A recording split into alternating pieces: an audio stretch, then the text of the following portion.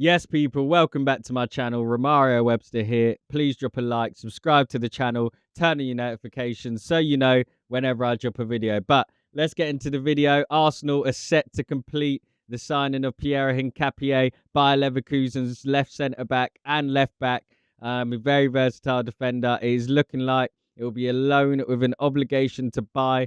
The fee next summer is looking like 45 to 55 million euros. But this all depends on Jakub Kiwior leaving Arsenal, as FC Porto appeared to be on the verge of securing his signing on loan with an obligation to buy for 26 million euros, which I'm unhappy about. I think Kiwior is worth a lot more than 26 million euros. However, he's unhappy. He wants to leave the club.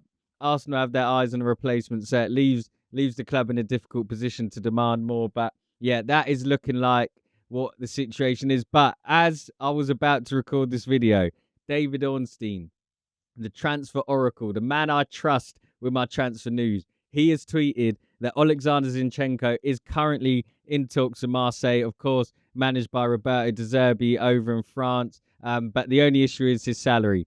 Zinchenko earns around £180,000 a week, I believe, at Arsenal, signed him from Manchester City for £35 million when we weren't really a club that could demand the signings of a Zinchenko at that time. He was seen as a level above us, but he joined us, £35 million, 180 grand a week. It's big wages. A club like Marseille is not going to give a player like Zinchenko 180 grand a week. But it's looking like it's getting moving. Andre Berta is working his magic again. If he can manage to sanction a deal for Zinchenko to leave, it makes the signing of Hincapié even more sensible. It's a great signing. I'm a big fan of him. Ecuadorian, 23 years old, and he's in that league-winning side under Xabi Alonso, the unbeaten league-winning side. You had the likes of Frimpong, Vert, Xhaka, Boniface. So he comes from a side that's won things. They were unbeaten. They done the treble. So yeah, he comes from a very impressive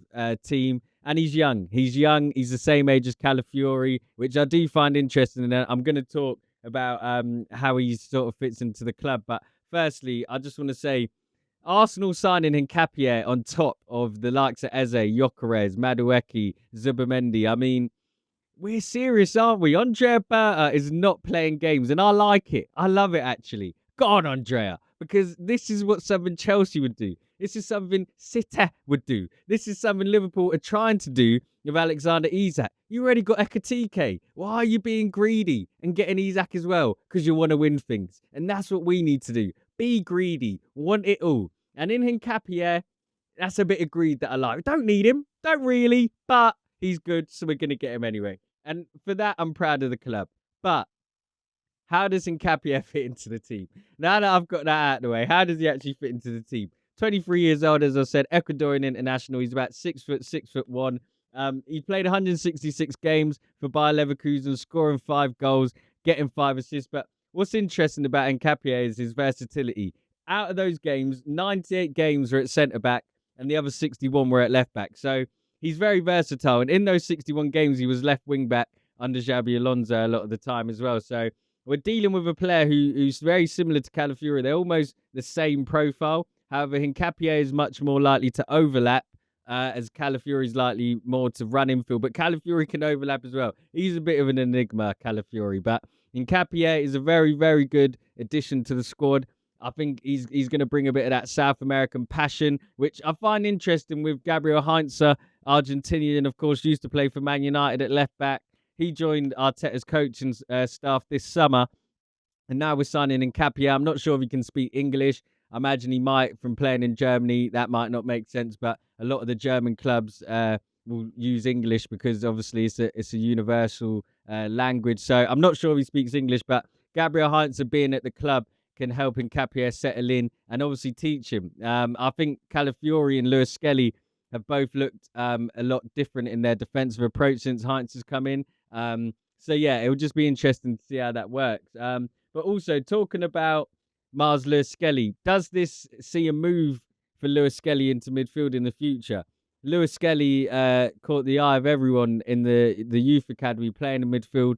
We've seen what he can do driving through the middle. It's like it's impossible to knock the boy off the ball. And I think this is a move that should eventually allow Lewis Skelly to play in midfield for Arsenal, because if you've got Hincapié and Calafiori who can play at left back, then you don't really need Lewis Skelly there at left back, and he can move into midfield. However, this season, I do think we'll see Lewis Skelly mainly as a left back, as Hincapié and Calafiori can cover that left-hand side of defence, and Mosquera, Saliba, White, Timber can cover the right-hand side.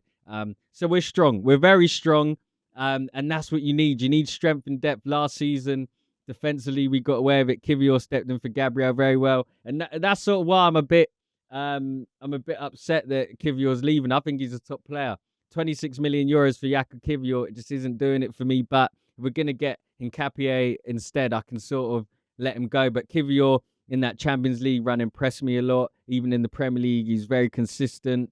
And it almost makes you think, what would have happened if Kivior started instead of Rob Holding when Saliba got injured all them years back? But that's neither here nor there. We'll never know. But I wish Kivior well at FC Porto. Got a little bit of a soft spot for Porto. One of my favourite teams in Europe, to be honest. I've always liked them. They produce some great strikers. Falcao, Jackson Martinez, even the likes of James Rodriguez. I've always liked Porto. So hopefully Kivior can have a good career there. But back to Arsenal. I mean, I think Hincapié can also help Eberechi Eze. If we do see Eberechi Eze playing off that left-hand side, the left wing, like it looks like he will do, I think Hincapié, the sort of left back, as I said, who likes to overlap, I think himself and Eze can work really well together. Hincapié would have played on the left-hand side, where Wirtz mainly operated for Leverkusen. And I think he'd be used to playing with technical attacking midfielders who are just in the pockets and you can link up with them. I think it could be quite smooth and it could help Eze. I think Eze needs someone who's going to run on the outside and overlap. As much as maybe coming inside and Eze can go wide, Eze isn't really that sort of player, though, who wants to run on the touchline. He wants to sort of stay out wide and then bring it inside where he can have a shot or get an assist or give a pass. I mean, one interesting thing about Hincapié on whoscored.com, who are very big on their data and analytics, is they've got strengths and weaknesses. They have this for pretty much every player in the top leagues in the world. And Hincapié's strengths are passing and key passes. Now, his strengths aren't defensively. They're passing and key passes, which are quite interesting, actually, because I just look at it and I think it's another passing kind of defender. But if he's going to be playing left back, likes of Lewis Skelly and Calafiori are also exceptional at passing. So it just shows you Arteta's just trying to emphasize the strength we have in depth, where if Calafiori does get injured, which we saw last season can happen quite often, then you can bring in Hincapié and you don't really lose that quality. You maintain that level. And I think that's key. If you want to win the Champions League, if you want to win the Premier League, you need quality and depth. And I think Man City have been the best at doing that in recent years. I know they lost to Tottenham last weekend, but on the bench they had Foden, they had Rodri, they had Bernardo Silva, they had Doku. I mean, that's strength and depth. I think they had Doku. It was Doku or Marmoush. But Doku or Savio didn't play. So yeah, they've got quality, strength and depth, and that's what you need. If you want to compete at the top level, you need good options. And that's sort of why Saka being injured, Madueke comes in. Not the same level, of course, but you can say, okay, at least Madueke is a Premier League tested right winger. And I think a lot of Arsenal fans, me included, have been humbled with Saka getting injured so early. That Madueke signing is looking a lot more, it makes a lot more sense, because you do need to prepare. You have to prepare for the worst. And I think Arteta and Berta looked at last season and they just said, not again, never again. If we get 10 injuries, then that's just unlucky. But you're likely to get 3 to 5 players injured at once in your squad. If you don't, you're very fortunate. So with these players, the likes in Hincapié coming in, Madueke, Zubimendi, Norgard, Mosquera, Kepa even in goal, you've got quality and depth all over the pitch. So I'm happy. Piero Hincapie, welcome to the club. Who knows what number he's going to wear? It doesn't really matter to me, to be honest, because it's not one of them signings. It's not like Eze, who got the number 10 and Gyökeres, who wore 14. The defensive players, he's not going to come in as a starter either, Hincapié, so I doubt he'll get a number, like a prominent number. But let's see. Piero Hincapie, welcome to Arsenal. I think I'm saying his name right.